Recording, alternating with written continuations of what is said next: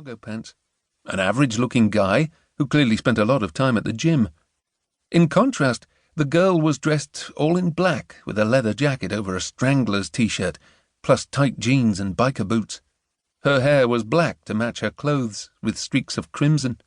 Beneath hooded, heavily made-up lids, her eyes were the colour of café noir, a shade away from black. She was several inches taller than him, about 5'10", so when standing she towered over him, reminding me of Olive Oil and Popeye. They talked to each other in their own language, Eastern European, obviously, though I was unable to tell if they were from Hungary, Romania, or some other part of this half-continent. As the train made its way out of the city, another passenger came into the carriage from the other end. He was about 40, stocky, with cropped hair and an acne-scarred face. He had no luggage. Even though most of the seats in the carriage were empty, he sat diagonally opposite Laura and me. He appraised us, apparently not liking what he saw, then closed his eyes and fanned himself with a newspaper. I watched Budapest go by, the lights of the city blinking out as the journey progressed. "I need a drink," I said after a while. "There should be a dining car open on the train somewhere." "Not till it crosses the border." I looked up.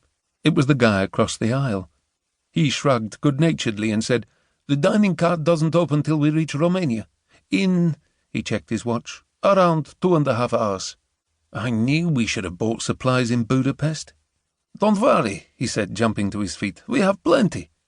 He fished a heavy carrier bag out of his luggage and crossed the aisle to sit opposite us. After a pause, his companion followed, settling down beside him and crossing her legs. He cracked open 2 cans of Hungarian lager and passed them to us before we could protest. "I'm Ion," he said, opening 2 more cans and taking a sip from his. "And this is Alina." Chapter 2. The train windows were matte black, the darkness broken only by the occasional glimpse of lights in the distance. I glanced at my reflection, my face stretched like melted plastic by some kink in the glass. It was creepy. I looked away and turned my attention to our new companions. Ion laid his free hand on Alina's knee, stroking it. So they were an item.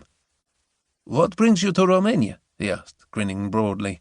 Beside him, Alina wore a more muted smile, seemingly bored. Laura answered before I could. "We're travelling round Europe. We've spent the last few weeks lying on beaches." "Nice." "But we wanted to visit Eastern Europe, soak up some culture instead of rays." Ion nodded. "Good choice. Romania is the most beautiful country. Of course, there are many problems, poverty, with the Romani gypsies and so on." He waved a hand like this was a boring topic. "But this is real Europe, far more interesting than a Spanish beach." I noticed that Alina rolled her eyes, almost imperceptibly. "So you're from Romania?" Laura asked Alina, trying to draw her in. "Yes." Laura waited, but no more words were forthcoming. "She's from Sibiu," Ion said.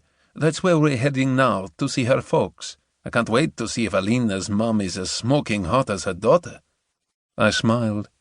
"You speak excellent English. That doesn't sound patronizing." "No, not at all. That's where Alina and I met, at English classes." He moved his hand further up his girlfriend's leg. She remained stony-faced. "So, where have you been on your journey round Europe?" he asked, looking from Laura to me. I took a deep breath.